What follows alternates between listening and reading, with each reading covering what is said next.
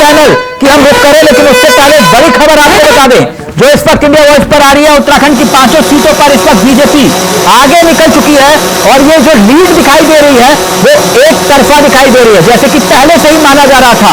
उधम सिंह नगर यानी कि नैनीताल सीट से अजय भट्ट ऐतिहासिक वोटों से जीत की तरफ आगे बढ़ रहे हैं। हरिद्वार में भी त्रिवेंद्र सिंह रावत आगे बढ़ चुके हैं, जबकि मालाराम लक्ष्मी शाह 58,000 वोटों से आगे चल रही है। गढ़वाल से अनिल बलौनी लगभग 50,000 वोटों से आगे चल रहे हैं। ये उत्तराखंड की 5 सीटों का हाल इस वक्त आप देख रहे हैं। सीधा रुख करेंगे, इस वक्त एक दिलचस्प पैनल हमारे साथ जुड़ा हुआ है और हमारे साथ चैनल है अवनीश प्रेमी जो उत्तराखंड की सियासत को लगभग 18 सालों से कवर करते हुए आ रहे हैं और उनसे समझेंगे कि आखिरकार ये संदेश क्या छिपा हुआ है। अवनीश जी, सबसे पहले आपका कमेंट। देखिए, उम्मीद तो थी कि पांचों की 5 सीटें बीजेपी ले जाएगी, लेकिन जो मार्जिन है वो कम रहेगा। हम लगातार इस चीज को बता रहे थे, लेकिन बीजेपी के नेता ये दावा कर रहे थे कि हम अनिल बलूनी की बात करें या अजय भट्ट की बात करें, त्रिवेंद्र जी की बात करें, ये तमाम लोग ये दावा कर रहे थे कि उनकी जो जीत होगी वो 2.5 से 3 लाख के बीच होगी, लेकिन ऐसा फिलहाल दिखाई नहीं दे रहा। सीटें 5 बीजेपी ले जा रही है, लेकिन जो मार्जिन है वो कम रहेगा। अगर मैं अभी सिलसिलेवार सीट की बात करूं तो सबसे ज्यादा जो जीत का आंकड़ा जाएगा, जो वोट बहुत ज्यादा बढ़ेगा, वो बढ़ता हुआ दिखाई दे रहा है नैनीताल सीट पर अजय भट्ट का। और सबसे बड़ी बात यह कि अजय भट्ट क्योंकि इस सीट से पहले भी सांसद रहे हैं और उनके मुकाबले सबसे कमजोर कैंडिडेट कांग्रेस ने खड़ा किया था प्रकाश जोशी, जो कि युवा हैं, लेकिन बहुत ज्यादा उनकी पकड़ नैनीताल सीट पर दिखाई नहीं दी और यही कारण है कि वो वहां से बहुत बुरी तरह मैं कहूंगा कि हारते हुए दिखाई दे रहे हैं। उसके बाद हम बात करें टिहरी सीट की, तो टिहरी पर भी एक तरह से कहा जाए कि बीजेपी का कब्जा रहा है, लेकिन इस बार जो थोड़ा सा जो खेल बिगाड़ा है वो गोविंद पवार ने बिगाड़ा है, जो कि निर्दलीय खड़े हुए हैं, तो वो सीट भी बीजेपी के पाले में जाएगी, लेकिन मार्जिन मुझे बहुत ज्यादा दिखाई नहीं दे रहा तिलक। और इसके साथ साथ हम हरिद्वार की बात करें, हरिद्वार में भी जिस तरह चुनाव लड़ा गया त्रिवेंद्र सिंह रावत के खिलाफ, उन्हीं की पार्टी के लोग लामबंद हुए, धरना प्रदर्शन तक किया गया, लेकिन फिर भी जो उनका आंकड़ा है वो भी बहुत ज्यादा दिखाई नहीं दे रहा। हालांकि त्रिवेंद्र जी ये दावा कर रहे थे कि उनकी जीत 2 लाख से ज्यादा की होगी, लेकिन फिलहाल जो स्थिति है 50 और 60 के बीच में ये सिमटता हुआ दिखाई दे रहा है। अगर हम इस तरह बात करें अल्मोड़ा की, तो अल्मोड़ा में भी प्रदीप टमटा जो है इस बार बहुत पिछड़ते हुए दिखाई दे रहे हैं। जहां तक अजय टमटा की बात करें, क्योंकि वो पहले भी सांसद रहे हैं, अच्छी पकड़ उनकी रही है, लेकिन सबसे बड़ी बात मैं कहूं कि जिस तरह 5 सीटों को लेकर सरकार और उसके साथ साथ जो संगठन है उसमें मजबूती दिखाई है, उसी का परिणाम है कि 5 सीटें जा रही हैं एक तरह से कांग्रेस के हाथ से। और कांग्रेस की सबसे बड़ी नाकामी मैं कहूंगा कि जो गुटबाजी है वो इस पूरे चुनाव में दिखाई दी है, जो उसकी हार का कारण इन सीटों पर बढ़ रही है। जी, तो अगर उत्तराखंड के परिप्रेक्ष्य में देखें, वैसे तो 5 लाख का टारगेट जब रखा गया था तभी सवाल खड़े हो रहे थे कि उत्तराखंड में इतने तो वोटर नहीं है जितना तो आपने टारगेट रख दिया, लेकिन फिर भी स्थिति एक तरफा ही दिखाई दे रही है। ये कहीं ना कहीं जो धामी फैक्टर है वो भी दिखाई दे रहा है आपको? देखिए, निश्चित तौर पर हम कहेंगे जिस तरह मुख्यमंत्री ने इस दौरान करीब 60 से अधिक जनसभाएं की दूसरे प्रदेशों में भी, लेकिन उन्होंने अपना जो क्षेत्र है, अपना जो प्रदेश है उसको भी अकेला नहीं छोड़ा। इससे पहले देखने को मिला कई बार कि मुख्यमंत्री 1-2 जनसभाएं करने के बाद निकल गए, लेकिन मुख्यमंत्री धामी की अगर बात करें तो वो हर विधानसभा क्षेत्र में उन्होंने जाने की कोशिश की और यही कारण था कि सीटें जीती और वो लगातार 5 सीटें जीतने का दावा भी कर रहे थे। अभी कुछ देर पहले मैं एक ट्वीट देख रहा था जिसमें बहुत हताशा यहाँ पर दिखाई हुई हरीश रावत की। उनका साफ तौर पर कहना था कि उम्मीद नहीं थी, यानी कि वो एक तरह से अपनी हार यहाँ पर स्वीकार कर रहे हैं और सीधे सीधे उन्होंने ये भी कहा है कि वो शाम तक बताएंगे कि इस हार के लिए जिम्मेदार कौन है। जी, यानी अभी उत्तराखंड में चुनाव के बाद सियासी धमाके होंगे? बिल्कुल, ये आप कह रहे हैं। चलिए, हमारे साथ जो पैनल जुड़ा हुआ है उससे भी आपका परिचय करवा देते हैं। लगातार सुबह से नॉन स्टॉप इंडिया वॉइस पल पल की खबर आप तक पहुंचा रहा है और तमाम राज्यों की तस्वीर आपके सामने एक एक करके हम रख रहे हैं, चाहे बात उत्तराखंड की हो, उत्तर प्रदेश की हो, और इसके साथ साथ झारखंड की सियासत से भी एक बड़ी खबर आई। आपको बता दें कि निशिकांत दुबे गौड़ा सीट से इस वक्त पीछे चल रहे हैं। ये अपने आप में एक बहुत बड़ी खबर है झारखंड की सियासत से। और दूसरी बड़ी खबर एक और उत्तर प्रदेश की सियासत से, स्मृति ईरानी इस वक्त पीछे चल रही है, गिरिराज सिंह पीछे चल रहे हैं। मनोज पंडित बीजेपी के चेहरे में हमारे साथ इस कार्यक्रम का हिस्सा है, पंडित जी के पास रुक करेंगे। और साथ ही साथ हमारे साथ एक और पैनल में मेहमान हमारे साथ जुड़े हैं, उपाध्याय जी भी जुड़े हुए हैं। सबसे पहले पंडित जी आपके पास आना चाहेंगे। जी तिलक भाई, कैसे आप? मैं अच्छा हूँ तिलक भाई, आप बताएं आप कैसे हैं? आप मुस्कुरा रहे हैं, आप जानते हैं मैं क्या सवाल पूछने वाला हूँ। ये आंकड़े देखकर क्या जोर का झटका धीरे से? देखिए तिलक जी, सिर्फ उत्तर प्रदेश की बात हम लोग करें तो उत्तर प्रदेश में जो आंकड़े हैं वो चौंकाने वाले हैं। वैसा तो बाकी आप उत्तराखंड में मध्य प्रदेश में। देखिए हमारे सहयोगी कह रहे हैं जिस मनोज पंडित जी की आवाज सबसे बुलंद हुआ करती थी आज को धीमी धीमी आ रही है। नहीं, ये आवाज धीमी नहीं है, आवाज बहुत मजबूत है। पर मेरा मानना यह है कि जो चीजें चल रही है, जो आंकड़े चल रहे हैं, जो सिचुएशन अभी हमारे सामने है, उसकी स्थिति यह है कि उत्तर प्रदेश में जो है जो गठबंधन है। अच्छा, एक बार पूछूं, आपकी बार कितने पार? देखिए तिलक जी, पार नहीं। अभी आपने अपने पत्रकार को अभी आपने अपने पत्रकार को बोला कि सुबह से आप इतनी मेहनत कर रहे हैं, इतने वो ले रहे हैं, तो अभी एक टारगेट और दिया ना आपने। तो पार्टी अपने कार्यकर्ताओं को टारगेट देती है और टारगेट देना भी चाहिए, क्योंकि टारगेट के हिसाब से तो हम काम करेंगे। अगर हम 400 पार का नारा या 400 पार की बात नहीं करते तो हम और फिर ये चीजें अचीव कहां कर पाते। तो मेरा मानना यह है, यानी आपने कहा कि 400 पार का हमारा जुमला था। जुमला नहीं, आप गलत शब्द का प्रयोग कर रहे हैं। जुमला कुछ नहीं था, हमारी चीजें थी, हमें विश्वास है कि हम वहां तक पहुंच जाएंगे। पर लेकिन आप ये देखिए, अभी तक का जो रुझान, सारी चीजें जो सामने है, उसमें भी हम बहुत मजबूत पोजीशन में हैं। ऐसी नहीं है कि हमारी पोजीशन है, बहुमत दिखाई दे रहा है। आप देखिए उत्तराखंड, पूरा हरियाणा की स्थिति देख लीजिए आप। एमपी हरियाणा में आपको झटका लगा है साहब। आप अभी जो है 6 सीटों पर ही आगे चले, 4 पर जो है कांग्रेस आगे चल रही है, जो हमारे पास अपडेट आ रहा है। मैं आपकी बात, और उत्तर प्रदेश में आप 80 का 80 टारगेट लेकर चल रहे थे, वहां 40 से ज्यादा सीटों पर इंडिया गठबंधन आगे चल रहा है। यानी सबसे इंपॉर्टेंट राज्य आपके लिए कहीं ना कहीं दुखदाई हो गया। नहीं तिलक भाई, अभी देखिए, अभी ये बहुत जल्दी जल्दबाजी होगी अगर हम किसी नतीजे पे पहुंच जाएंगे तब। लेकिन चीजें और कुछ जो परसेंटेज जो 2-2, 3-3, 4-4 हजार वोट वाला होता है, वो भी कुछ है नहीं। अभी वो बहुत काफी दूर है और मुझे लगता है सारी स्थिति 3-4 बजे तक क्लियर हो जानी चाहिए। ठीक, उपाध्याय जी भी हमारे साथ जुड़े हैं। उपाध्याय जी, आपका क्या आकलन जल्दी से इन आंकड़ों को देख के? आप ये बात कर रहे हैं? जी, मैं आलोक जी आलोक जी माफ करिएगा, उपाध्याय जी हमारे साथ धार से जुड़े हुए हैं। आलोक जी आपसे देखिए, जो 5 राज्य है बेसिकली उन्होंने सरप्राइज किया है। उत्तर प्रदेश, हरियाणा, राजस्थान, महाराष्ट्र और पश्चिम बंगाल। वहां पर जो एग्जिट पोल जो आंकड़े थे, वो अगर परिणाम परिवर्तित होते तो जो भाजपा का टारगेट वो पूरा हो जाता। तो 5 राज्यों ने बेसिकली भाजपा को इसमें 297 दिखा रहे हैं। अगर यहाँ के परिणाम आशा के अनुरूप इनके आते तो मेरे ख्याल से भाजपा जो अपना जो एनडीए का जिक्र करें तो इस हिसाब से बीजेपी अभी क्योंकि क्लियर नहीं है तो 250 के आसपास ही दिखाई दे रही है बीजेपी, और एनडीए 290 के आसपास जा रहा है। देखिए, पिछले 2 घंटे के आसपास में आंकड़े यही हैं। तो मुझे नहीं लगता है कि इसमें बहुत ज्यादा परिवर्तन होने के चांसेस हैं। हो सकता है 10 से 20 सीट इधर से उधर हो जाए, लेकिन जो 400 पार का आंकड़ा नारा था, मुझे लगता है उससे भाजपा बहुत कोसों दूर है। और वो मुझे वो लगता कि वहां पर भाजपा इसमें पहुंचने की स्थिति में है। लेकिन अगर भाजपा सरकार बना रही है तीसरी बार, ये बहुत बड़ी उपलब्धि है, क्योंकि जवाहरलाल नेहरू के अलावा जो 3 बार लगातार कोई प्रधानमंत्री नहीं बना है, तो अगर भाजपा तक पहुंच जाए तो उनकी बहुत बड़ी उपलब्धि मानी जाएगी ये। और सबसे बड़ा जो लग रहा है भाजपा को वो सपा दे रही है। यूपी के जो परिणाम है वो बिल्कुल से अप्रत्याशित है, अकल्पनीय है। ना तो भाजपा लोगों ने सोचा था, समाजवादी पार्टी लोग तो हालांकि बोल रहे थे कितने जीतेंगे। अखिलेश यादव को इसलिए बयान भी आया था कि आप एग्जिट पोल मत जाइए और फाइनल काउंटिंग का वेट करें। उन्होंने कार्यकर्ताओं को कहा था कि आप लोग लगातार जो है ईवीएम मशीनों का ध्यान रखिए, आप लोग खुद चौकीदारी करिए और अपने कार्यकर्ताओं को लगातार अगले साल मोबिलाइज करते रहे हैं। और जो उनका एक आकलन रहा होगा, जो उनका सर्वे रहा होगा, मुझे लगता है कि उसमें कहीं ना कहीं उनको सफलता मिल रही है।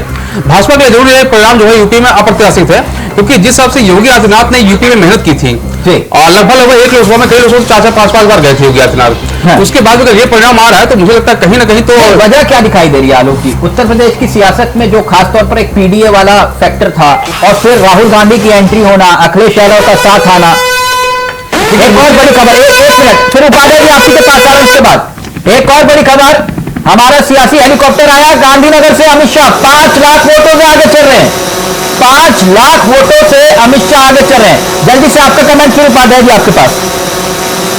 आलोक जी, देखिए, यूपी में जो पीडीएफ फॉर्मूला था, मुझे लगता है इसमें पूरी सफलता नहीं मिली कि हाँ कुछ है तो सफलता मिली है। आप देखिए अखिलेश यादव ने क्या किया था कि अपने परिवार में 4 यादव को टिकट देने के अलावा पूरे उत्तर प्रदेश में उन्होंने एक सिंगल यादव को भी टिकट नहीं दिया है। शुरुआत में इन्होंने देखा होगा कि इनको मुस्लिम कैंडिडेट उतारना जो पहले से आई थी, तो इन्होंने गाजीपुर से मुख्तार से बड़े भाई अफजाल से टिकट अनाउंस किया, क्योंकि ऐसा मैसेज नहीं देना चाहते थे कि कोई मुस्लिम नहीं है। जो पहली लिस्ट आई थी इनकी, उसमें एक मुस्लिम था, वो थे अफजाल अंसारी। और इसमें अफजाल अंसारी भी गाजीपुर से लगभग 68,000 वोटों से आगे चल रहा है। तो जो बेल्ट आपकी पूर्वांचल बेल्ट है, वो कहीं के भाजपा बहुत डंड पहुंचा रही है। दूसरा जी आपका बेल्ट पूर्वांचल में सहयोगी भी जो है असर नहीं डाल पाए, नहीं डाल पाया, क्योंकि वहां पर जो मिर्जापुर और रॉबर्टसन जहां से अपना दल लड़ रही है, हाँ। वहां तो दोनों सीट पे स्वयं सहयोगी ही पीछे चल रहा है इस समय। हाँ, राजभर जी की पार्टी भी पीछे चल रही है, बिल्कुल हालांकि उनके पुत्र और चुनाव मुझे लड़ लगता है कि वो तो चुनाव हार भी जाएंगे। हाँ, संजय निषाद जो है वो भले ही आप बीजेपी इधर आइए थोड़ा सा, औरंगाबाद से प्रतापगढ़ सीट हो गई, कौशाम्बी सीट हो गई जी। और उसके लगी सीट रायबरेली है, अमेठी है, सीतापुर है।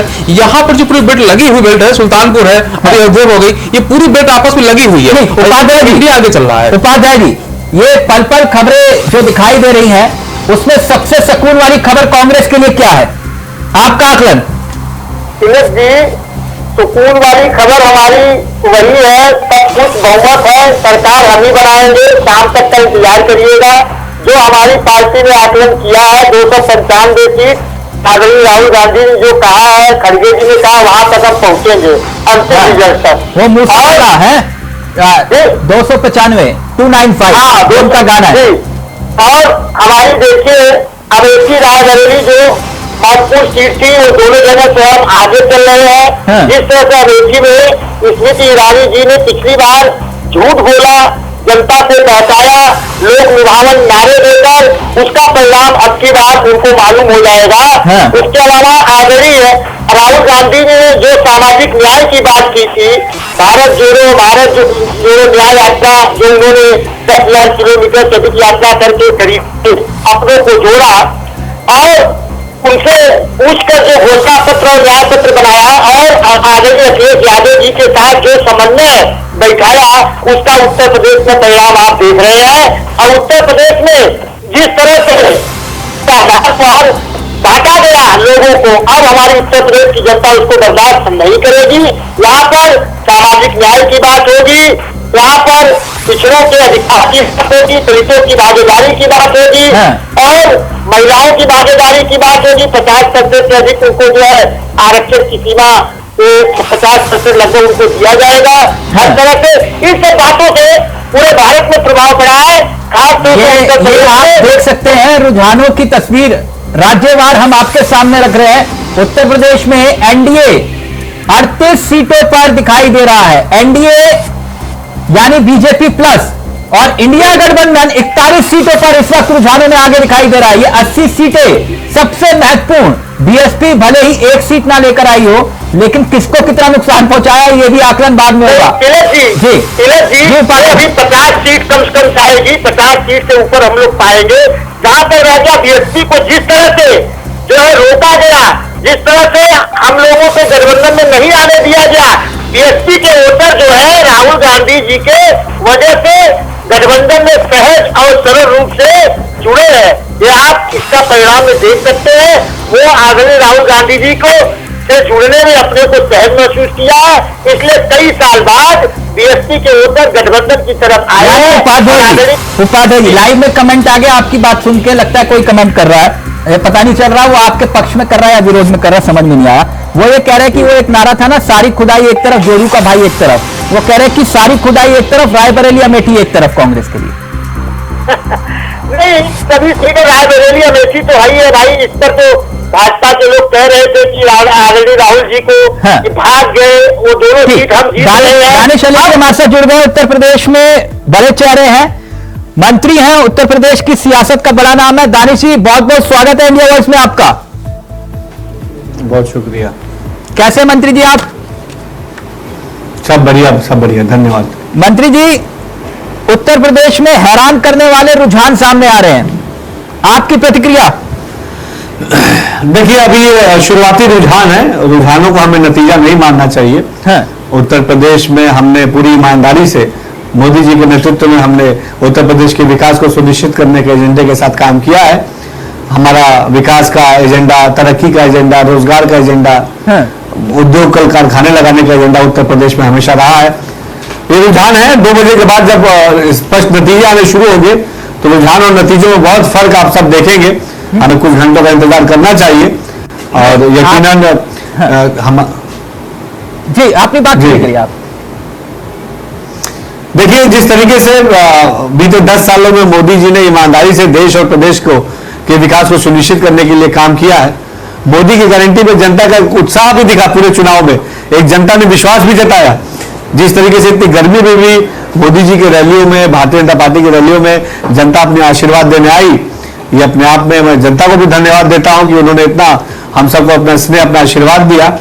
और जब परिणाम, फाइनल परिणाम आएंगे 2 बजे 3 बजे के बाद, तो रुझान से पूरी तरीके से अलग ये परिणाम दिखेंगे। मंत्री जी, जनता की सेवा हम सबका लक्ष्य है और उससे, उस लक्ष्य को हम पूरी ईमानदारी से उस लक्ष्य की प्राप्ति के लिए काम करेंगे। मंत्री जी, आपने लक्ष्य रखा था उत्तर प्रदेश में 80 में से 80, लेकिन अभी जो स्थिति साफ तौर पर दिखाई दे रही है, इंडिया गठबंधन जो है लगभग 40 से 41 सीटों पर रुझानों में आगे चल रहा है।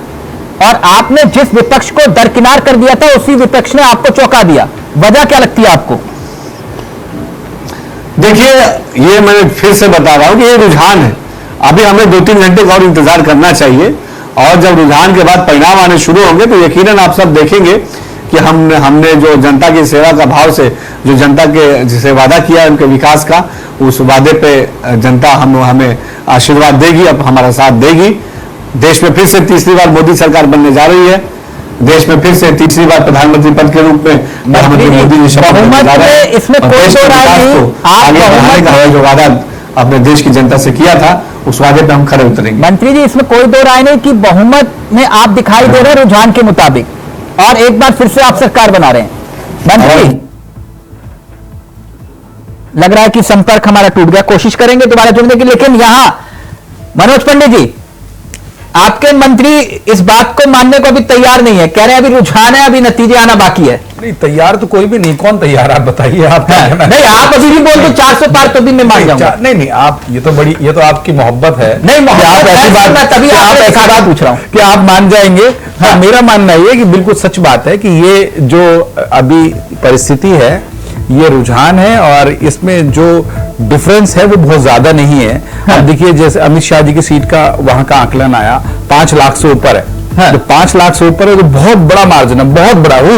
तो स्थिति ये है कि कहीं, अच्छा, मीठा मीठा गपगप और कड़वा कड़वा। नहीं, हम तो कड़वा रानी पीछे चल रही है। नहीं, स्मृति ईरानी पीछे चल रही है, ठीक है वो, पर चूंकि वहां पर किशोरी लाल जी पिछले 40 साल से काम कर रहे हैं। हाँ, किशोरी लाल जी ना दोनों सीटों को 40 साल से देख रहे हैं। कुछ कह रहे हैं, जल्दी से ऑडियो बढ़ाइए। उपाध्याय जी, पहले तो नौकर बता रहे थे ये लोग, भैया तिलक जी किशोरी लाल जी को नौकर बता रहे थे, और कह रहे थे कि हार का ठिकरा करने के लिए उनको खड़ा कर दिया गया है। हाँ। तो अब पता चल रहा है किशोरी लाल जी कैसे है, क्या है, 40 साल से अब कह रहे हैं पंडित जी, हम मान में लेते हैं। कह रहे हैं। कल तक कह रहे थे मैनेजर हैं। नहीं, किशोरी लाल जी तो पार्टी की रीढ़ की हड्डी हैं, और वो काम करते हैं, पूरा देश जानता है उनको। उत्तर प्रदेश में रायबरेली पंडित जी, कल तक किशोरी लाल जी को आप यहाँ डिबेट में बैठ के मुझसे कह रहे थे कि ये अब मजा नहीं आएगा, ये अमेठी में मजा नहीं आएगा, राहुल गांधी को आना चाहिए, और आज आप कह रहे हो कि नेता है, मान गए आप। नहीं, देखिए, अभी तिलक जी, चीजें, स्थिति ये है कि अभी जब पूरे रुझान, पूरी चीजें स्पष्ट हो जाएंगी 4 बजे तक, तो आपको सारी, अब देखो, हम सरकार, ये बिल्कुल अभी आलोक जी ने सही कहा कि तीसरी बार अगर आप सत्ता में मजबूती से आप रिपीट करते हो, अपने आप में एक बहुत बड़ा अचीवमेंट है। अरे मनोज जी, 400 पार का जो नारा दिया था नैतिक रूप से तो आपकी हार हो चुकी है। नैतिक रूप से सरकार बना लो ना। और अंतिम तक देखिए, ये वर्चुअल इन सब चीजों को मतलब निकलता नहीं है। आपकी हार होती है, जीत होती है, और हम सरकार बना रहे हैं, ये हमारे लिए। नहीं, तिलक जी के चैनल पर कुछ अन्य है, कुछ चैनल पर अभी डिफरेंस बहुत ज्यादा नहीं है। हम अन्य चैनलों पर 250, 275 ऐसे आप लोगों के बीच में अंतर दिखाई दे रहा है। ठीक है, अभी शाम तक क्लियर होगा, सरकार अभी बनाएगी। तो तिलक जी तो गलत, इसका मतलब 296 दिखा रहे हैं, गलत दिखा रहे हैं क्या? तो कुछ चैनलों पर होता है। तिलक जी, आपका चैनल लेट चल रहा है तिलक नहीं, उपाध्याय जी, ठीक है, वो एग्जिट पोल हमने नहीं दिखाए थे, आप हमसे नाराज मत होइए। नहीं, हम एग्जिट पोल दिखाते हैं। नहीं तिलक जी, अभी हम देख रहे हैं अन्य चैनलों पर कम अंतर दिखाई दे रहा था, आप पर भी आ जाएगा अपडेट। हाँ। ठीक है। और हाँ। दूसरी बात, इनकी सीट क्या 272 भाजपा अकेले है? तिलक जी आपसे पूछ रहे हैं, अकेले बीजेपी कितनी पाई है? नहीं तो आप कितने पर है, कांग्रेस कितने पर है? अरे हमारे कांग्रेस से पूछो कितने पर है। जितने अपने घटक को जिस तरह से शोषण करते हैं, जिस तरह से अपने घटक को समाप्त करते हैं, उन घटक दलों को सोचना पड़ेगा। अगर ये 272 नहीं पाते हैं, वो सोचेंगे कि हमारे अस्तित्व कहां पर है। इंडिया जिन राज्यों में आज जो है सत्ता संभाले हुए हैं, वो कांग्रेस की कोख से पैदा हुए हैं, मालूम है ना आपको? जी जी, हाँ, वो सारे घटक दल कांग्रेस की कोख से पैदा हुए हैं। तो इनके घटक दल अभी सोचेंगे, अभी आज रिजल्ट के बाद कि ठीक, आलोक जी आपके पास आ रहा हूं। आलोक जी, देखिए मैं के दायरे में काम कर चुका हूँ, तो मैं इस देवन से बोल रहा था कि रायबरेली में राहुल गांधी को जीतने में कुछ भी मेहनत नहीं करनी पड़ेगी। राहुल गांधी बहुत ही आराम से रायबरेली चुनाव जीत जाएंगे। और एक बहुत बड़ा रीजन था कि Rahul Gandhi ticket last moment declare होता है, उसके पीछे उनकी स्ट्रेटजी शायद यही थी कि वायनाड चुनाव जब फिर हम डिक्लेयर करेंगे, क्योंकि उनको पता था कि रायबरेली में हम चुनाव जीत जाएंगे बहुत आराम से। अमेठी जरूर था कि हाँ वहां पर फाइट होगी, और उम्मीद मुझे मेरे ख्याल से फाइट हो भी रही है, और एक अच्छा कमबैक किया कांग्रेस ने। देखिए मेरी एक इच्छा तो चुनाव पूरी हो रही है। मैं हमेशा जब भी चरण में बैठा, मैं हमेशा हिमायती था कि देश में मजबूत विपक्ष का होना बहुत ही जरूरी है। सरकार कोई बनाए, अभी तो लग रहा है सरकार इंडिया बना रही है, लेकिन ये भी दिख रहा है कि हाँ विपक्ष जो है वो मजबूती के साथ कमबैक किया है। ये देश के लोकतंत्र की बहुत एक अच्छी चीज हो रही है। तो सबसे चीज ये वही है कि देश का लोकतंत्र जो है मजबूत हो रहा है। यहाँ वो सरकार बनाने का सपना देख रहे हैं, आप कह रहे हैं विपक्ष मजबूत हो रहा है। नहीं, देखिए विपक्ष मजबूत रहेगा तो उससे देश का हित होता है। मैं हमेशा मानना है विपक्ष मजबूत होना चाहिए। आलोक जी कह रहे हैं कि बधाई हो, आप मजबूत विपक्ष बनने जा रहे हैं। अरे नहीं, हम सरकार बनाएंगे। अरे उपाध्याय जी सरकार बना लीजिए, लेकिन अगर एनडीए अगर विपक्ष बनेगा तो भी मजबूत ही रहेगा। आप बेशक सरकार बनाइए आप। ठीक है, वो ठीक है। हम तो लोकतंत्र के जीवंत करने में विश्वास करते हैं भैया। हम तो सोचते हैं कि लोकतंत्र नहीं तो सरकार वो आंकड़ा कहां से लाएंगे साहब? सरकार तो बनाएंगे। नहीं, ये लोग विपक्ष को खत्म करने की बात करते हैं। ये लोग आंकड़ा कहां से लाएंगे? आलोक जी पूछ रहे हैं, कह रहे हैं आंकड़ा कहां से लाओगे? अरे शाम तक आंकड़ा आ जाएगा। अभी शुरुआती शाम तक आंकड़ा है। नहीं, अभी ईवीएम में प्रॉब्लम नहीं है। ये मनोज पंडित कह रहे, उपाध्याय जी कह रहे, पूछ लो अभी भी ईवीएम में कोई समस्या है कि नहीं? अब ईवीएम में समस्या है कि नहीं, भैया ये है कि हमने संघर्ष किया, पारदर्शी मतगणना हो, और शाम तक पता चलेगा। जी अब इन्होंने संघर्ष किया उसकी बात करेंगे, और हारेंगे तो बोलेंगे ईवीएम में गड़बड़ चल रहा है। स्थिति क्या है? डबल स्टैंडर्ड की बात कर रहे हो उपाध्याय जी। चुनाव आयोग उपाध्याय जी वो अभी भी उठता रहेगा। कार्य प्रणाली पर एक बात हमारी उन्होंने मानी कि पोस्टल बैलेट से पहले काउंटिंग होनी चाहिए, वो ठीक है। एक आध दो बात मानी, लेकिन बहुत सी बातें हमारी उन्होंने नहीं मानी। ठीक है, कोई बात नहीं है, परिणाम आने दीजिए। हमारे सभी जो है कार्यकर्ता आदि मतगणना स्थल पर लगे हुए हैं। अगर कोई गड़बड़ी होगी तो पता चल जाएगा। नहीं, गड़बड़ी ईवीएम में है कि नहीं वो पूछ रहे हो? देखिए ईवीएम में गड़बड़ी नहीं, ईवीएम में ऑपरेटर जो होते हैं, करने वाले होते हैं। हम ईवीएम की गड़बड़ी की बात नहीं कर रहे हैं। ऑपरेटर अगर ऑपरेटर सफल हो जाते हैं तो हम गड़बड़ी मानेंगे। ऑपरेटर पक्ष में नतीजे आएंगे तो आप कहेंगे ईवीएम ठीक है, और पक्ष में नहीं आएंगे तो ईवीएम खराब है।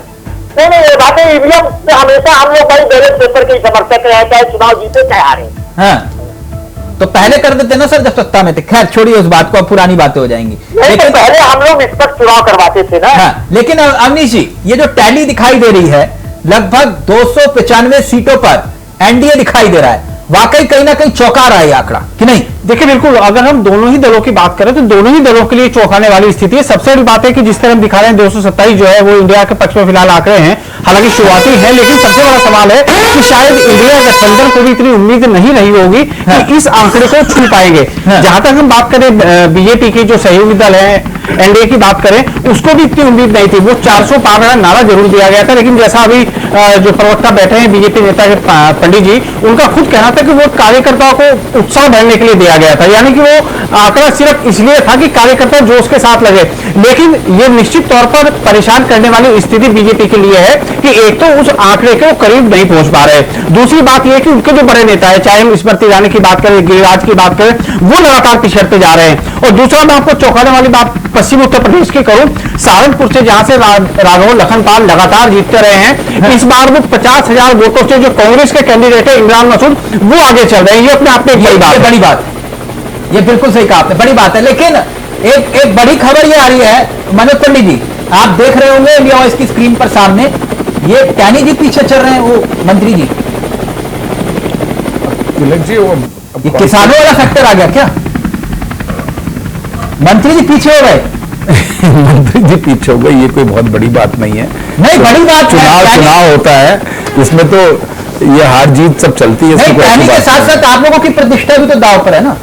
नहीं, प्रतिष्ठा तो हर व्यक्ति की दांव पे होती है जब हम लोग जिस काम कर रहे हो। उनके मुश्किल वक्त में आप लोग साथ में खड़े रहे, उनकी मंत्रालय तक नहीं छीना आप। तिलक जी, पार्टी की जिम्मेदारी है कि वह हर अपने व्यक्ति के साथ उसके मुश्किल वक्त में खड़ा होना चाहिए, खड़ा भी रहना चाहिए। पार्टी ने भी जो कानून के आधार पर देखिए, कन्नौज, हमारी स्क्रीन दिखा रही, कन्नौज में जो है अखिलेश यादव जो है बढ़त बनाए हुए दिखाई दे रहे हैं और सुब्रत पाठक जो है वो पीछे चल रहे हैं, आप देख सकते हैं स्क्रीन पर।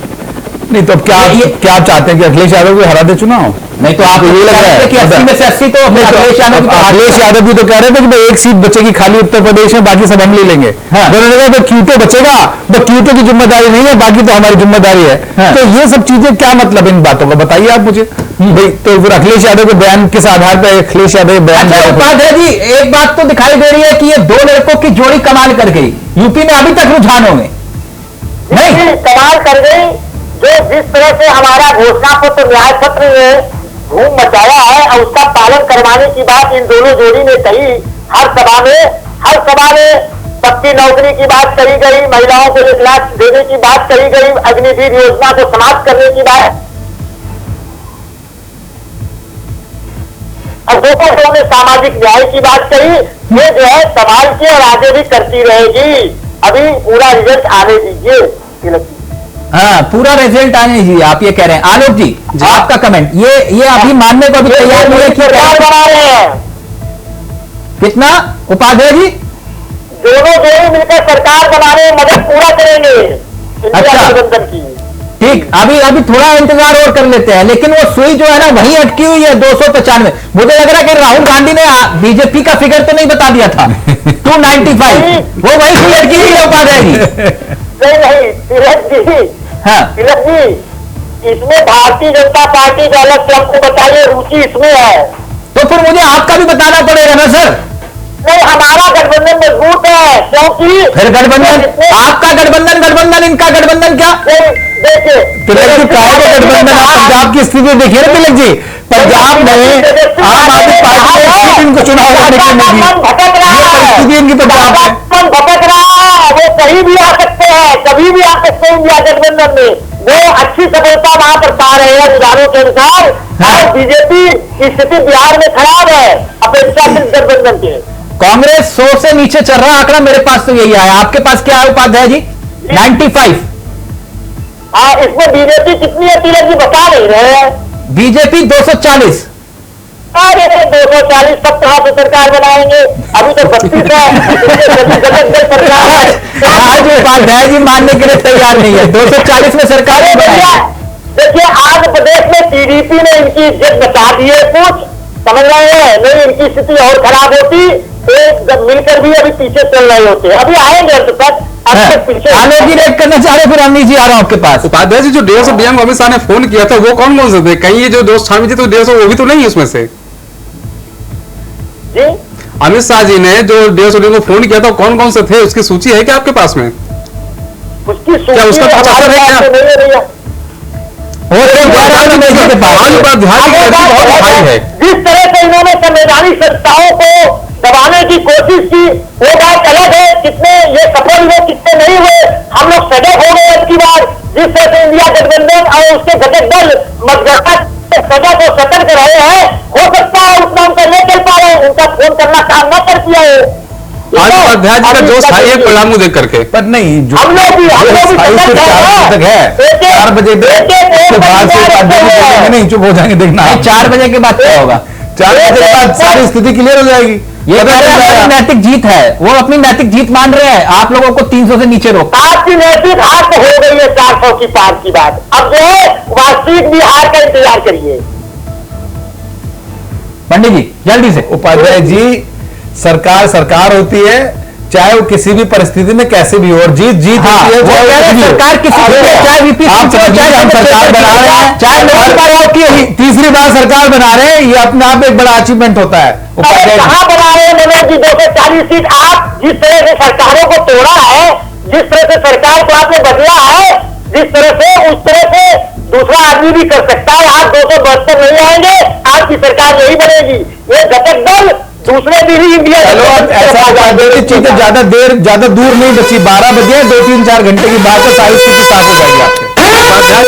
सरकारों का मान वचन करने का श्रेय किसे जाता तो जाता है भूटर बच गया। करण भूषण आगे चल रहे हैं। एक मिनट, एक बहुत दिलचस्प खबर है। करण भूषण 42,000 वोटों से आगे चल रहे हैं। ब्रिजभूषण के सुपुत्र करण भूषण इस वक्त आगे चल रहे हैं केसरगंज से। बड़ी खबर पंडित जी आपके लिए राहत, बड़ी खबर। तो ये जो हमारा हेलीकॉप्टर है नई नई खबरें लेकर आ रहा है, और इन नई खबरों को देखिए, बड़ी खबर निकल के आ रही है। करण भूषण इस वक्त आगे चल रहे हैं। मनोज पंडित जी, ये राहत की खबर आपके लिए, जो माननीय ब्रिजभूषण जी हैं। अब देखिए तिलक जी, ये 42,000 वोट है। 42,000 वोट अपने आप एक बड़ा वोट होता है। आप ये कह सकते हैं भी ठीक है, क्योंकि अगर जहां 1000, 500, 200, 300, 100, 500 उनको अगर हम आंकड़े पर लाएंगे तो वो चीजें ठीक नहीं है। कि वो जहां जिसका हिस्सा, जिसका क्षेत्र की वो खुलता है, वहीं पे वो चीजें आगे चली जाती हैं। जो 42,000 वोट है, ये चीजें, ये जीत पक्की है। और ये देखो आपके सामने सारी चीजें नजर आ रही है। तो मतलब ब्रिजभूषण का दबदबा कायम है। तभी आप हिम्मत नहीं कर पाए टिकट काटने की। ब्रिजभूषण बहुत परिपक्व नेता है और बहुत पुराने नेता हैं, और उनका अपना एक अस्तित्व है उत्तर प्रदेश में। अच्छा, इसी वजह से आप हिम्मत नहीं कर पा रहे थे उनकी टिकट काटने। बताइए कहाँ टिकट दिया? बेटे को टिकट दे, बेटा आप बताइए। नहीं, एक पीढ़ी के बाद दूसरा। अच्छा बात सुनिए, आप घर की बात घर में रहिए। मतलब पिता का कोई काम है तो क्या बेटा उसको आगे नहीं बढ़ाएगा? ये देखिए 72,000 वोटों से आगे देश के प्रधानमंत्री 72,000 वोटों से वाराणसी से आगे चल रहे हैं। अवनीश जी, एक और बड़ी खबर आ गई। अवनीश जी, वाराणसी से तौर पर उस सीट की अगर हम बात करें तो काफी काम वहां पर हुआ है। दूसरी बात है कि प्रधानमंत्री चुनाव लड़ रहे हैं, तो निश्चित तौर पर जो पूरा अमला है वो भी इस जीत के पीछे रहा होगा और कार्यकर्ताओं की मेहनत भी रही होगी। दूसरी बात यह कि अगर हम बात करें, बहुत चुनिंदा शहर ऐसे हैं जहां पर प्रधानमंत्री का फोकस रहा है। जैसे उत्तराखंड की बात करूं तो उनका चारों धाम पर फोकस रहा है। केदारनाथ में उनका लगातार पुनर्निर्माण के काम वो कराते रहे हैं। एक अच्छा फंड स्टेट गवर्नमेंट को दिया गया है। उसी तरह हम बनारस की बात करें, वाराणसी की बात करें, तो वहां भी तमाम चीजें रही है। और निश्चित तौर पर जब प्रधानमंत्री चुनाव लड़ता है तो मुझे नहीं लगता कि उसकी हार वहां से होती है, लेकिन इतना जरूर है कि जो मार्जिन फिलहाल लेकर चल रहे हैं वो आंकड़ा लगातार बढ़ेगा और निश्चित तौर पर प्रधानमंत्री की जीत होगी। लेकिन सबसे जो चौंकाने वाली बात यह है कि स्मृति ईरानी को लेकर है कि यानी कि रायबरेली से चुनाव लड़ रही है और वो पीछे वहां पर चल रही है, जबकि एक ऐसा बंदा किशोर लाल, जिसके बारे में अभी पंडित जी ने बताया कि वो वहीं के रहने वाले हैं, लेकिन ये उनकी एक मेहनत कहें या वहां के लोगों का स्मृति ईरानी के प्रति नाराजगी रहे कि उनको इस समय पीछे धकेल दिया गया। ये अपने आप में एक बड़ी बात है। यानी कहीं ना कहीं उत्तर प्रदेश की सियासत में बड़ा भूचाल तो आया है। निश्चित तौर पर बड़ा भूचाल आया और निश्चित तौर पर हम ये भी कहेंगे कि जो आने वाले विधानसभा चुनाव होंगे उसमें भी अगर इसी तरह चीजें रही तो वहां पर एक बार फिर जो है सपा की सरकार बनती हुई दिखाई देगी। दूसरा, जिस तरह पंडित जी आपको क्या लगता है कि उत्तर प्रदेश के अंदर क्या कारण रहे कि बीजेपी को इतना पिछड़ना पड़ा? अभी सब कुछ कहना बहुत जल्दबाजी है। इतनी सीटें नहीं, जितना आप ये दिखा रहे हैं इतनी सीटें नहीं होने वाली। ठीक है, हमारी 62, 63 सीटें थी हमारी, मान लो 1, 2, 4 ऊपर नीचे हो सकती है, पर इतना बहुत बड़ा गैप है, इतना बड़ा गैप नहीं है। ठीक है, अब क्योंकि जो अंतर है वो 1000, 1100, 500 के आसपास ही है, वो बहुत बड़ा अंतर नहीं होता। जब जिसके पक्ष का, जिसके क्षेत्र की, जिसके ब्लॉक का खुलता है वो चीजें अप एंड डाउन हो जाती है। मेरा मानना है टीडीपी जो है वो आपको बचाए हुए अभी भी, मतलब ऑक्सीजन दे रही है टीडीपी।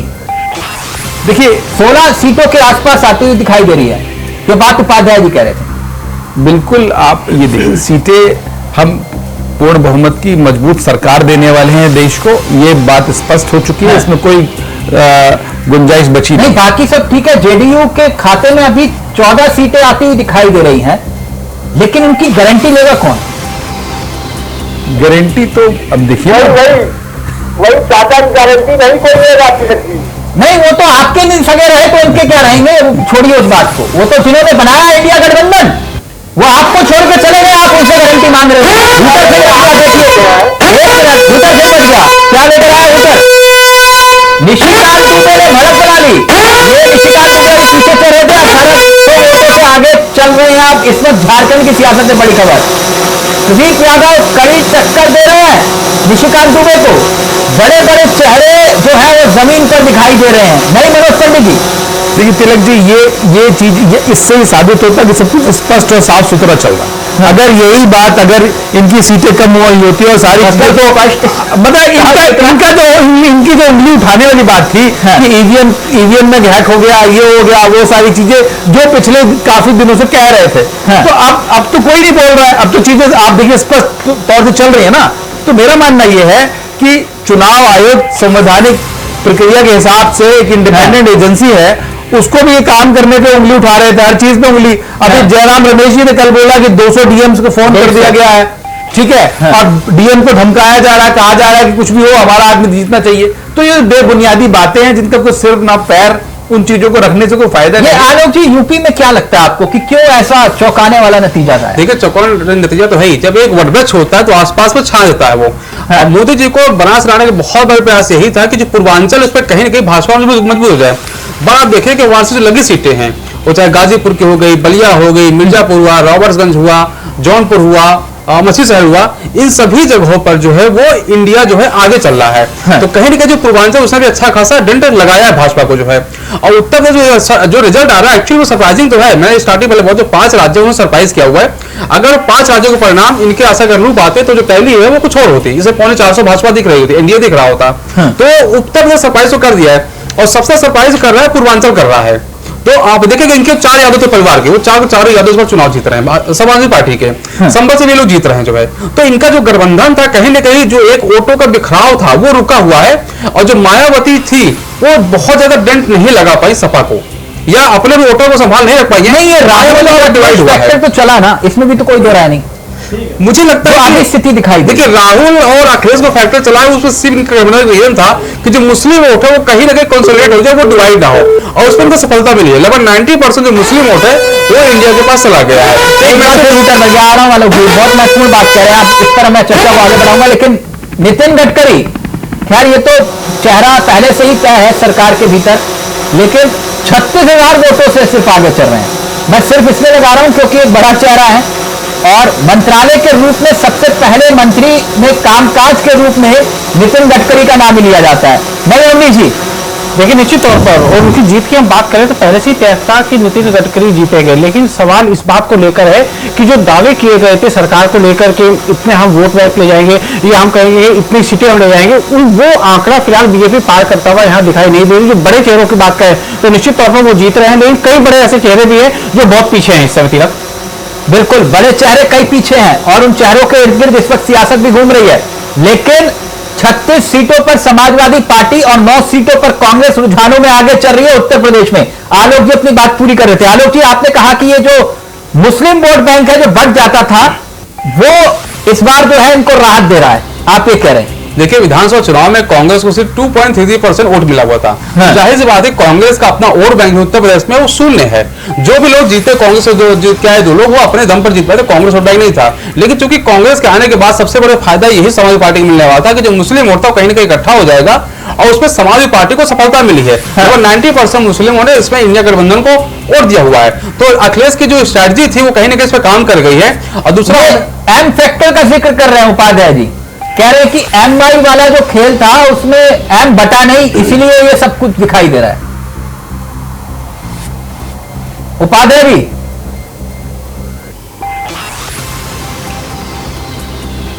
प्लीज उपाध्याय जी का फोन कनेक्ट करवाइए। ये मनोज पंडित जी तिलक भाई, ये साइलेंट वोटर ने भी लग रहा है कि यूपी में वोट नहीं किया, जो आपका साइलेंट वोटर है। और जो बात आलोक जी कह रहे हैं कि जो मुस्लिम सबका साथ, सबका विकास और सबका विश्वास, वो दिखाई नहीं दे रहा। तिलक जी, अब की बार वोट और परसेंटेज तो थोड़ा कम ही रहा ना।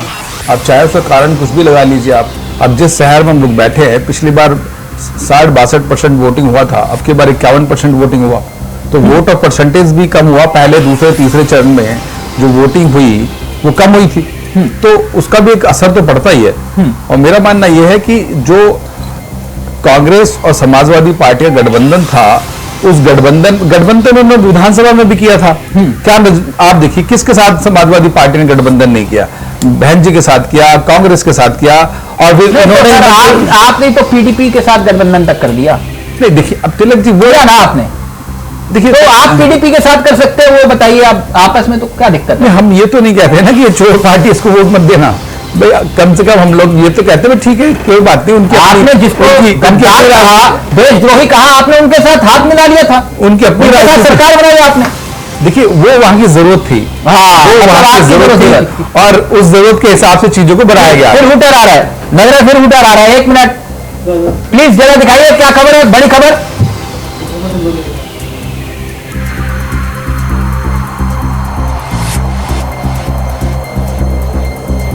तो बड़ी खबर आपको बता दें, एक बार फिर से हुटर आया है, प्लीज हुटर बजाइए।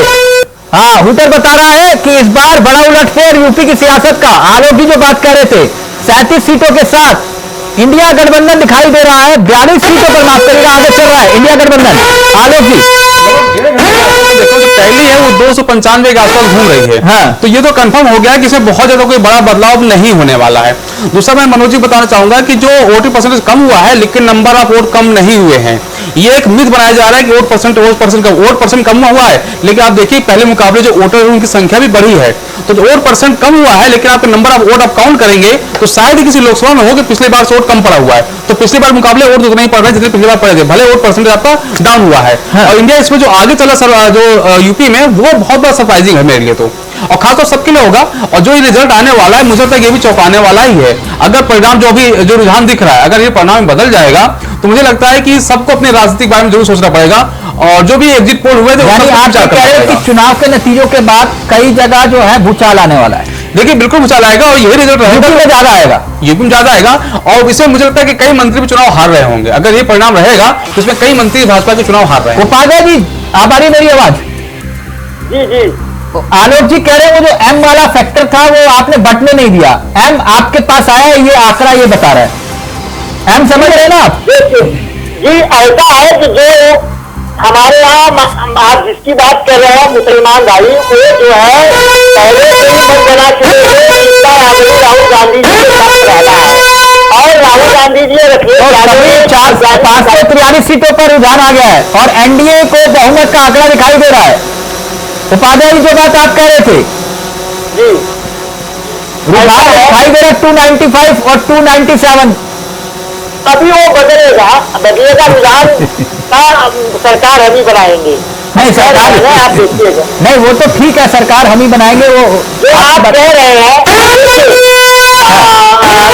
पिछली बार जो विधानसभा चुनाव था, जो विधानसभा चुनाव था उसमें जो आप इनकी बात कर रहे हैं मुस्लिम समाज की, जो बचे थे 2019 के लोकसभा चुनाव में सपा और बसपा मिलकर चुनाव लड़ी थी, तब भी बचे थे। लेकिन खास तौर से जो आगे राहुल गांधी जी का इस बार का सामाजिक एम फैक्टर आलोक जी कह रहे हैं, एम फैक्टर वाले पे जल्दी से जवाब दीजिए। एम फैक्टर का हाँ बता नहीं, ठीक है, उनको जो है आसानी हो गई एक जगह वोट देने में। अलग अलग लड़ते तो जरूर कुछ बचते हैं। तो मुस्लिम आरक्षण वाली बात सरकार बनाओगे तो जैसा आप बोल रहे हो अभी भी नहीं, देखिए तो उच्च निश्चित की बात आरक्षण संविधान के तहत ही दिया जाएगा, सबको भागीदारी दी जाएगी। अच्छा, अभी दी जाएगी। पिछड़ी दलित, पिछड़ी जातियां, दलित, ओबीसी जो भी जातियां हैं उनको भागीदारी भी दी जाएगी हर जगह। मतलब एम फैक्टर जो आप जिक्र कर रहे हैं आलोक जी, ये बिखराव नहीं हुआ यूपी में, यही सबसे बड़ा नतीजों में दिखाई दे रहा है, आप ये कह रहे हैं। देखिए इस गठबंधन का मोटिव यही था कि जो एम फैक्टर है वो काम कर जाए, मुस्लिम और डिवाइड ना हो। इस गठबंधन का सबसे बड़ा मोटिव यही था। इन लोगों ने प्रयास किया था कि बहन जी को भी लाया जाए, मैथिली इसमें लाया जाए, बट जो भी कारण रहा वो नहीं है, इस गठबंधन का हिस्सा नहीं बनी वो। लेकिन कहीं ना कहीं जो अखिलेश यादव या राहुल गांधी चाहते थे उसमें उनको सफलता मिल गई, और मुस्लिम वोट जो डिवाइड होने से बटा है। अन्य वर्गों का भी और इस तरह कहा उपाध्याय जी ने भी कि सबसे बड़ी बात यह कि जो मुस्लिम वोट की बात करें, दलित वोट की बात करें, वो भी कहीं ना कहीं हटा है, यानी कि सीधे तौर पर वो गठबंधन को जहां पर दिखाई दिया है सबसे बड़ी वाली है। दूसरा ये है कि मुस्लिमों की हम बात करें तो मुस्लिम भी कहीं ना कहीं चाहते थे कि एक मजबूत गठबंधन हो, मजबूत मिलकर मतलब चुनाव लड़ा जाए, और ये कारण रहा है, चाहे वो कांग्रेस के बीजेपी के घर में भंगड़े डलना शुरू हो गए हैं। नहीं, एक किले की एक बात और भी है, चौंकाने वाली बात है कि अयोध्या की अगर हम बात करें तो अयोध्या में जो बीजेपी का कैंडिडेट है वो बहुत पीछे चल रहे हैं। हाँ, बड़ी खबर है, ये बहुत बड़ी खबर। मनोज पंडित जी, रुझानों में तो भंगड़े डल रहे हैं, देख रहे हैं आप हमारी स्क्रीन पर जो है भंगड़े डल रहे हैं, रुझानों में आप बहुमत तो हासिल कर रहे हैं, लेकिन आपके आंकड़े से बहुत पीछे जा रहा है मामला। आरोप पाठक जी, आंकड़े अभी देखिए तिलक जी, चूंकि मैं कह रहा हूँ कि 4 बजे तक सारी स्थिति क्लियर हो जाएगी, सब कुछ आप स्पष्ट रूप से आ जाएगा सामने।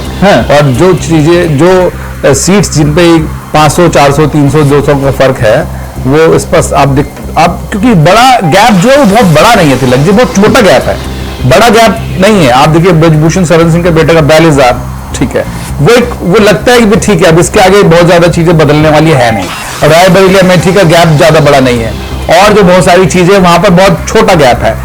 तो मेरा मानना है कि 3-4 बजे 4 बजे तक सारी स्थिति क्लियर हो जाएगी और हम अपने आंकड़े के आसपास जल्दी से अपनी बात रखिए। ऐसा है तिलक जी, जहां आप अयोध्या की बात कर रहे हैं, जिस तरह से शंकराचार्य जी का अपमान किया इन लोगों ने, शंकराचार्य जी ने कहा ही था कि भगवान राम इनको दंड देंगे, गलत मुहूर्त में जो उन्होंने स्थापना किया अपने घमंड में आकर और चुनाव को ध्यान में रखकर, उन सबकी सजा उनको मिलेगी। यानी कुल मिलाकर जातिवादी सियासत जो है वो यूपी में हावी रही, जो आपने जातिवादी सियासत की।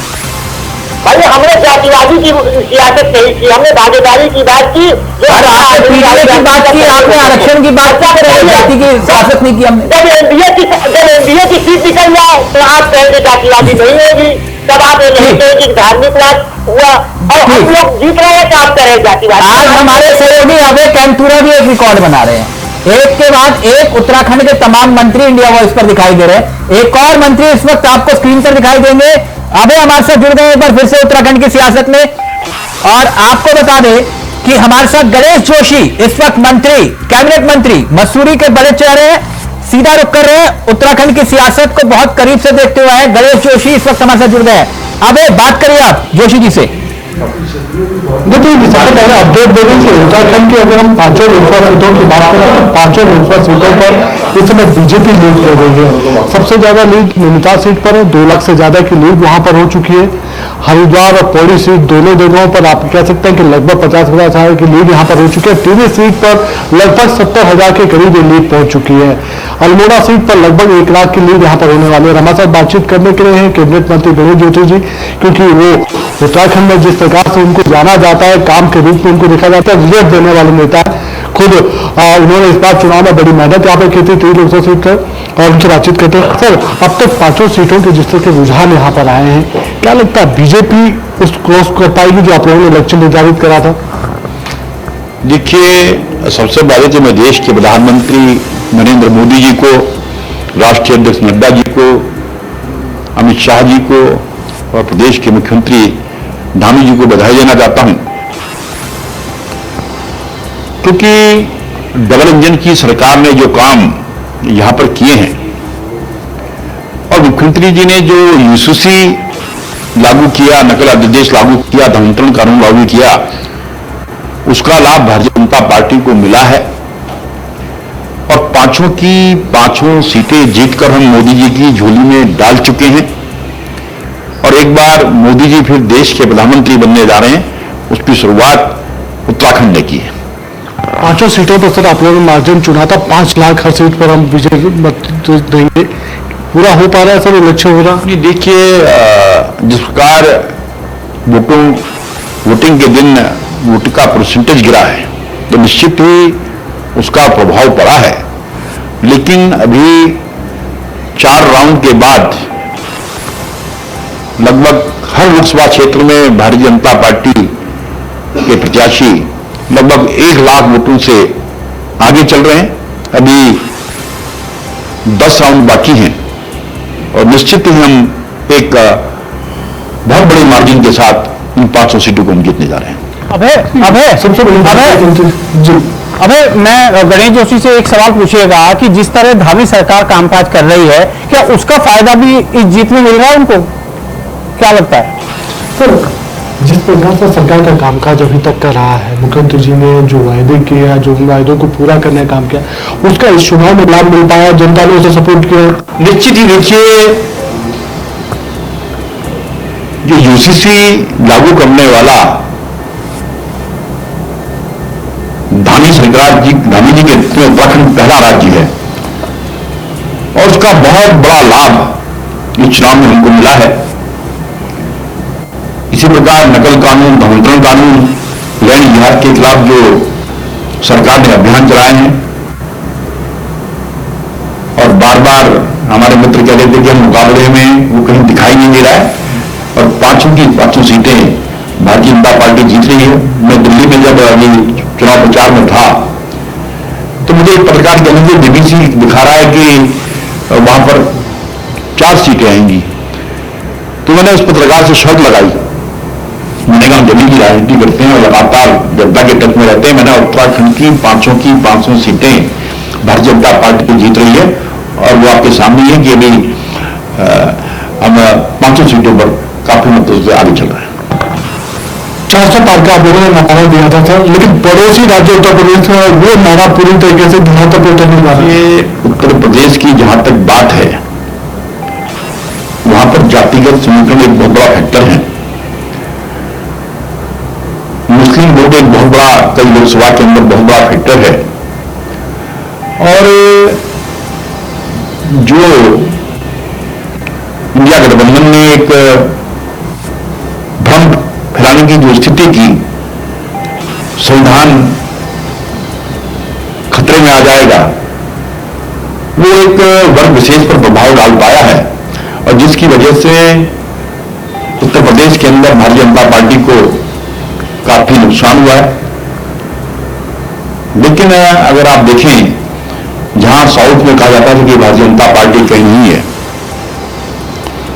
आज तेलंगाना के अंदर हम बहुत अच्छी सीटें लेकर जा रहे हैं, कर्नाटक के अंदर हम बहुत बेहतर कर रहे हैं, उड़ीसा के अंदर हम बहुत बेहतर कर रहे हैं, बिहार जहां पर ये कह रहे थे कि भारतीय जनता पार्टी इस बार नहीं, वहां पर हम बहुत बेहतर सीटें लेकर जा रहे हैं और यहां पर जो नुकसान भारतीय जनता पार्टी को है उसकी भरपाई हम इन क्षेत्रों से कर पा रहे हैं। अबे एक सवाल पूछिए, यूपी में जो ये बात कह रहे हैं मंत्री जी, इस बात से इत्तेफाक रखते हैं कि मुसलमानों ने इनको वोट नहीं किया, जो बात ये खुद कह रहे हैं? जी बिल्कुल सर, आपने अभी एक जिक्र किया था कि उत्तर प्रदेश में जातिगत समीकरण बहुत ज्यादा हावी है। मुसलमानों ने सपोर्ट किया सर उत्तर प्रदेश में या बिल्कुल अलग चले गए? देखिए, जहां तक मेरा मानना है, मुस्लिम समाज ने एक तरफा सपा कांग्रेस गठबंधन को वोट दिया है और मैंने कहा कि एक मुस्लिम समाज का बहुत बड़ा वोट बैंक, क्योंकि पिछली बार मायावती जी वहां पर 10 सीटें लेकर गई थी, इस बार कहीं बुलते दिखाई वो वोट ट्रांसफर हुआ है और जिसका नुकसान भारतीय जनता पार्टी को हुआ है। नहीं तो फिर राम मंदिर, अगर 80-20 की बात कर रहे हैं, अबे 80-20 की बात कर रहे हैं, तो फिर राम मंदिर वाला फैक्टर क्यों नहीं चला? सर अगर सब चीजें ठीक से बीजेपी कर पा रही थी तो राम मंदिर वाला फैक्टर क्यों नहीं काम कर पाया था? नहीं, अगर ये जहां पर हम पहुंचे वो राम जी की कृपा से ही पहुंचे, राम जी की कृपा हम पर हुई है और इतना यूनाइट होकर पहली बार हमें गठबंधन पिछली बार हुआ था, लेकिन इस बार ये गठबंधन बहुत मजबूती से चुनाव लड़ा और मैंने कहा कि जो उन्होंने कहा कि अगर भारतीय जनता पार्टी की 400 सीटें आ गई तो ये संविधान में परिवर्तन कर देंगे, ये कुछ मैंने कहा वर्ग विशेष को समझाने में कामयाब हुए और जिसका नुकसान भारतीय जनता पार्टी को। अबे गणेश जोशी जी का कहना है कि भगवान राम की कृपा हुई है बीजेपी के ऊपर, लेकिन सवाल ये भी बता दो इनको कि अयोध्या में जो बीजेपी के कैंडिडेट है बहुत पीछे चल रहे हैं। सर आप राम मंदिर की बातचीत कर रहे हैं, लेकिन अयोध्या में ही जो बीजेपी के जो कैंडिडेट हैं वो काफी पीछे इस समय चल रहे हैं। देखिए, अभी 4 राउंड करीब हुए हैं, अभी 10 राउंड बाकी हैं, अभी कुछ कहना उचित नहीं होगा, थोड़ा इंतजार कीजिएगा 1-2 घंटे, आपको भी परिवर्तन नजर आएगा।